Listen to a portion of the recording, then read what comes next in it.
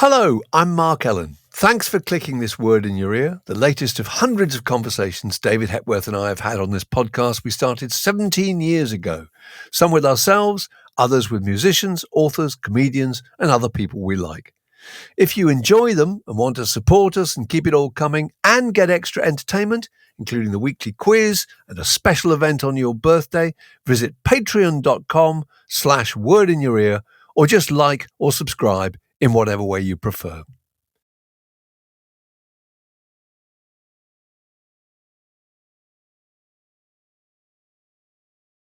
This is Word Down Your Way, in which those about to tour salute you. Well, welcome to another edition of Word Down Your Way, where international levels of human happiness have been raised by the news that Sparks are about to tour in June. And we're joined by Russell Mael in Los Angeles. Russell, it's very nice to see you. Yeah, you as well. Yeah. How is life? Life is hanging in. Life is fine. Yeah. You survived the wildfires and so forth. Yeah, fortunately, it was not a great situation here in LA, but yeah, we managed to be in the area that was unscathed. From what was going on, but yeah, it was pretty harrowing few weeks. I bet. Well, it was harrowing enough to watch. It's one of those things where everybody could imagine that happening to them. So it's an instantly terrifying prospect. Yeah. But anyway, the traditional question on these is to start by asking people if they can remember the first live entertainment they ever saw. So what would that have been in your case? You grew up in Palisades, was it, in Los Angeles? Yeah, we were in Venice first and Pacific Palisades, but yeah, we were lucky enough that we could see all of the really great, British bands that were coming through Los Angeles early on. So we saw the first appearance of Led Zeppelin in LA at a place called the Rose Palace in Pasadena. And we would go regularly to these shows that they had at the Shrine Auditorium in downtown Los Angeles, and there were these, at the time it was called San Francisco Dance concerts, but there wasn't dance at all. I don't know why they were called dance concerts, but they were these bills where they would have 3 acts on, and they would be really amazing. We saw, it was Pink Floyd and the Faces there, and and all the San Francisco bands like Jefferson Airplane and Moby Grape, Blue Cheer. Wow, those sorts of groups. So it was just an amazing. They would have like three groups on the night, and everyone would just sit on the floor in this big cavernous kind of hall, and even when the bands came on, no one stood up. You sat there and acted cool, because that's, and probably didn't applaud actually. Yeah. Not really. It was kind of too cool to applaud, really. No, you didn't need to bother. That was the that era when and so it was an amazing period, and then that led to our mom taking us to see the Beatles at the Hollywood Bowl. So we were there, and also our mom. So, but that would have been, the Hollywood Bowl would have been 64, 65, around there? Yeah, I think it was 64. I think it was the first time that they came here. God, what were your memories of that? Were you screaming?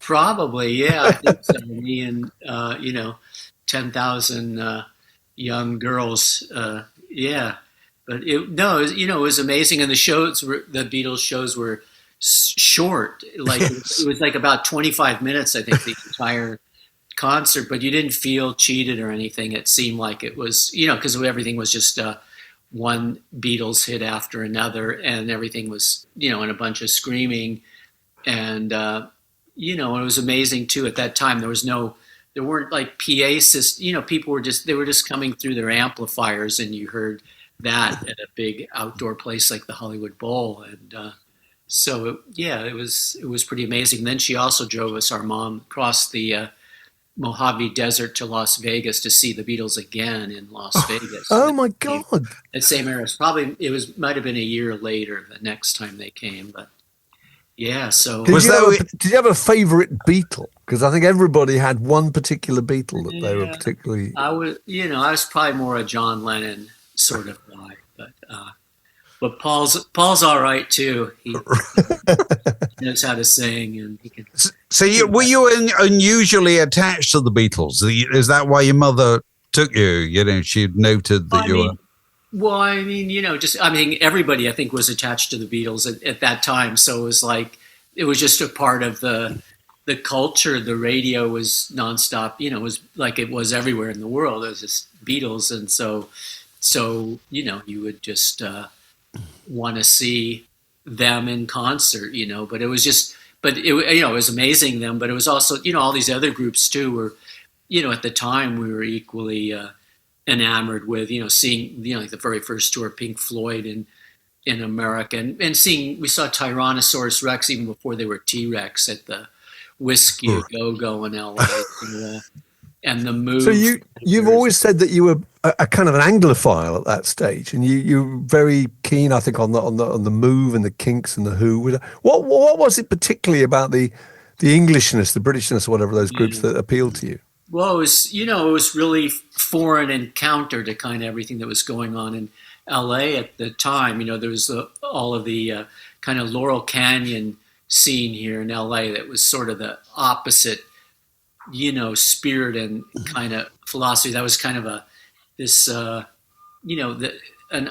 certain, I don't know, a faux honesty to what you did. If you strummed on a guitar and you downplayed any kind of personality and character and show, that was kind of showing that you were honest with your music, and that kind of was going counter to you can be just as honest with your music if you wear cool clothes and have a stage presence that's exciting and all of that sort of thing. And so there were the two things were kind of counter to each other, the whole British scene and then what was going on in LA, and our tastes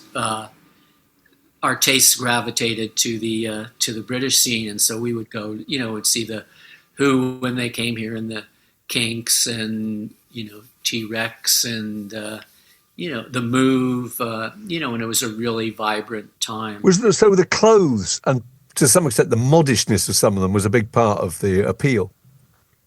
Yeah, and that was such a foreign thing too, because that wasn't how people dressed or looked in LA, and having those kind of haircuts and even caring about having those kind of haircuts, was something like, it seemed like, wow, what a different place from Los Angeles was way over there in Great Britain. And so it was something that was exotic for us. And, every band that came through was, from Britain, there was a consistency to them. With Jimi Hendrix, we saw him even at UCLA where we went to school. He played there, and it was a really vibrant time for live music. When did you saw the Bonzos supporting the Who, I think, didn't you? Yeah, we did. Yeah, see, that must have appealed, because that element of cabaret, if you can call it that, was no equivalent, really, was there? Yeah, no, they were great. Yeah, they played. I think it was at the Hollywood Palladium. And they were the opening act, Bonzo Dog Band, and they, it was that whole troupe of musicians on stage, and doing really kind of creative and inventive stuff. It was, yeah. When did you first step on stage yourself? Well, we were in bands, sort of different bands a lot of the time, Ron and myself, when we were going to college, going to UCLA.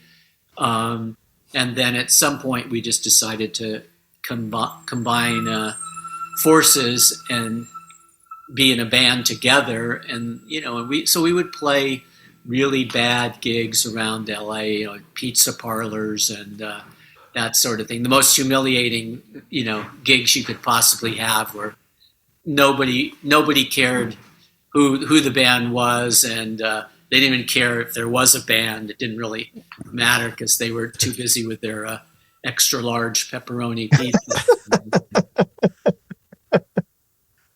Well, you can remember what you were paid? Well, we were probably paid in pizzas, I think, you know. Yeah. And, a half a pizza each for, you know, each band member. So I think it probably was something along those lines. Can you remember when you first thought, "Oh, we've got something here. We might make a success"? Well, I mean, the one time was we made lots of demos and sent them to every record label, and then finally we had sent one to Todd Rundgren and just thought he would be a sympathetic type, and it turned out he really loved what we were doing, and it was doing exactly what we had been doing, you know, even in previous years to that, and you know, not having we thought we were kind of emulating what we saw coming over from Great Britain, but it apparently took a turn somewhere and became something else. But that something else became, you know, it became its own thing, and Todd Rundgren really responded to that, to those demos that we made, and said he wanted to produce it. So at that point, we thought, wow, we didn't really look ahead to the future or anything. We thought, well, we've done it. We've done enough now. We'll have a real album out by a real producer, Todd Rundgren, and it'll be on vinyl and look like a real record. And so that was enough for us. But we thought, yeah, we've finally, done something for real. So you got a new record coming out. What number is this record? Do you keep count? I think we're on about number 28 now. So, we're really, the album's called Mad with an exclamation mark. And, we're really proud of the new album. We think it's, the more albums you have, you're always having to push to try to find kind of new ways to do what it is that you do, but in ways that are hopefully really fresh and still having the same kind of spirit that you had on your very first album. And it's a real task the more records you have, but we think we've come up with the goods on the new album, and we're really excited. Well, as ever, there are some fantastic song titles. One called "Running Up a Tab at the Hotel for Fab." But the track I was just listening to this afternoon in great detail was one called "A Little Bit of Light Banter." It goes, a little bit of light banter, and then we say goodnight. Just a little bit of light banter, and then we turn off the light. The morning does arrive, and the heavy subjects thrive. And I just thought that was a song about the times we live in at the moment. Was that inspired by any particular recent events? No, I don't know. I think it's just kind of, the human nature as it is, and having the routine of having small talk and then flipping off the light and then on to sleep. I think you should be congratulated with getting the word "thrive" into a lyric. I think we ought to hear more of that kind of thing. Thrive? Yes. I that's not even the longest word we've ever used either. We got ones with 2 syllables even sometimes. So how do you, when you've made all these records, how do you accommodate this in a stage show? Does that become a greater and greater challenge? Yeah, it does, because when you have 28 albums, it turns into the concerts that we do usually end up being about 21 songs, something that just seems to work out to be about the right number of songs for a really direct concert. And so if you have, say, 20 in the area of 21 songs, but then you have 28 albums, if you do the math, you can tell that some albums are going to get shortchanged. And then there's also certain songs that we still really enjoy doing and know that we kind of have to do, because the real concert classics for Sparks. So that then also eliminates a few more possibilities for songs from other albums to get into the live set. But we're really trying, and we're going to do it on the new tour, to have to do a lot of songs that we haven't done in the past live. So there'll be hopefully some surprises for everybody that come. I must You just get- ask Go on. about just as a tangent, the Edgar Wright documentary. Was it last year? I think the Sparks brothers film, which was fantastic. I think we both thought that was just wonderful. Yeah. I mean, how did you feel about that? Yeah, well, we really liked the movie a lot. We're really grateful to Edgar Wright for, he has a real passion for Sparks, and It was a real love letter, wasn't it? It was, and he said he just felt that no one had yet done a documentary about Sparks, and that he had this real passion to do one, and it takes a lot of energy because to put together something like that was 3 years of work on his part and focus and dedication. He was also working on one of his feature films at the same time, but he kind of split up the time between the two things, and to have that kind of focus for that long, and then to do something that we felt really did encapsulate the whole Sparks saga up till that point, and that and that was also done in the same sort of spirit as what Sparks does musically. Edgar was able to do cinematically in that film, where it has it's emotional, but also has really some humorous elements in it, and it also kind of showcased the entire career. He really didn't. His belief was that there isn't just one golden era of Sparks. That all of the eras that Sparks has had make up the whole journey, and that some of the periods that were maybe less visible commercially were equally valid, and some equally strong to the periods where people did have a higher visibility, that the band had a higher visibility at that time. So he wanted to showcase every single period of Sparks, and we really think he did an amazing job. And we think it's a really good movie, even if Sparks weren't the subject. We just think it's a good movie. Do you feel vindicated by the kind of increased profile that you seem to have got in recent years? Yeah, well, I mean, we, in a certain way, yeah. It's just you put in the same amount of work always as whether a record gets seen or heard by tons of people or if it doesn't. And so any artist, obviously, you enjoy being heard by more people for the effort that you put into it, because you believe that what you're doing is something vital to pop music. And so when more people do find out about it, it is really satisfying. And we're really happy that someone like Edgar Wright just said, "Damn it, I'm gonna do something for Sparks, because I love the band." And for him to kind of stake his claim like that is something that was really had extra benefits for us, and that more people did find out about Sparks that weren't aware of the band. And so, yeah. And one of the things that struck me question about the film was, which I'd never really taken on board actually before, which was the length of time that you and your brother had worked together, because it was effectively 60 years. And I was trying to think, there aren't many examples of people who've worked as a duo like that for 60 years in the first place, and certainly not brothers, actually, which can be even more complicated. I mean, it's a very impressive thing that you've managed to make that work for so long.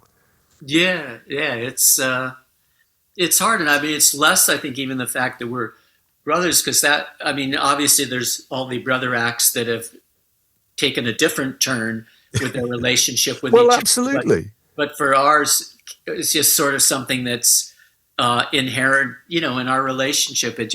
It works, and then it's more how you deal with the different time periods when you're making records, where sometimes beyond your control, things are going not as well as you'd hope for, and then sometimes unexpectedly things go incredibly well. And so it's kind of dealing with those kind of the roller coaster ride that's the challenge, I think. But I think having someone like your brother working with you, where you see kind of eye to eye on creatively, I think then it makes it a lot easier. With on tour, do you presumably get long-time fans who come to all the shows? Is that right? Do you look out in the audience and think, "I've seen you before," or "You were here last night"? Yeah, well, you're always in the front row. The good thing now is that because Sparks' profile has really increased a lot in the last couple of years, that we're not only having seeing a lot of the fans that have been with us right from the beginning, but we're getting a new younger audience at the same time. So it's kind of a really great mixture of new and old fans. And so I think the new fans are really just surprised when they come to a Sparks concert that we don't come across as a band that has had a 28 album long history, that it seems not of the past. And then also the fans that have been with us from the beginning are really happy to see that the success that we do have now, and that they were there from the start, and they knew it all along. And absolutely. So you're looking forward to it again, being on tour? Oh yeah. No, it's always exciting playing live, and we're going to do also a bunch of songs from the new album too. So we're always excited, and the Sparks audiences, I think they're really happy to see what surprises might be in store live, and what old songs we're going to do and what new songs we're going to do, and kind of the unpredictability of what the concert will be. I think the Sparks fans in general really enjoy that, and so do we. So a few years ago, you did a whole season of all your albums, didn't you? At that stage, yeah, we were foolish enough to take a dare from our manager for the lead up to it was our 21st album at that time, and to do a series of shows leading up to playing that entire new album, but to do in their entirety every single album, all 20 of the previous albums in their entirety, from song 1 to song 12 on that album, and one night after another. And we did that in Islington. And yes. I wonder how many people went to all of them. There were several that did. You could get a gold ticket, I think. yes. Season ticket. Season ticket, exactly. Foolish enough to give up your entire life for over a month to see Sparks every night doing a new album, but we were really grateful to those people. It was pretty amazing, and some coming even from the States, and some from other parts of the world, just to hunker down with us for 21. That's a phenomenal amount of work to relearn all those records, because there are a lot of those tracks. Obviously, by definition, you don't normally play. Out of 21 albums. It was a lot of work, and though there won't be another band that will ever do that. I guarantee you, because Kraftwerk did it, but they didn't have so many records. No, Kraftwerk had nothing compared. Yeah, absolutely. No, come on, yeah. Till you have at least 21 that you can do in a row, then. How on earth do you memorize the lyrics? No, it's hard. Did you get any help with that? Well, we would, in an electronic sense. I would forgive you if you did. We rehearsed for 4 months before the show. So it was 4 months of rehearsals in Los Angeles. And then every day before the next concert that evening, we then would be also rehearsing in our hotel rooms and, going over that night's show. And so it was, and then you do that concert, and then the next day starts all over, and you have to forget everything you had learned. Yes, that's the hard thing. Yeah, is forgetting stuff, isn't it? Yeah. So I don't recommend it for anybody. That is the most amazing kind of preparation work ratio to performance I think I've ever heard, actually. Yeah, so most people just knock together one set and then take it all around 20,000 seater stadiums all over the world. That you're making life very difficult for yourself there. Yeah It's impressive. Thank you. Well, look, thanks very much for talking to us, and all the best with it when it gets started. Do you start rehearsing early, or? Yeah, we're gonna start rehearsing in a couple of weeks. Yeah, and then we're To make it interesting, this time our first port of call is Japan, so we're playing 4 shows in Japan to start the tour. Usually, it ends up being that Japan ends up being on the end, and this time they're at the beginning, and then we come right after Japan. We come to Europe and the UK and everything. So, and then after that, it'll be the North America. So, yeah, it's going to be fun. Well, thanks very much for telling us about it. Very good to talk to you.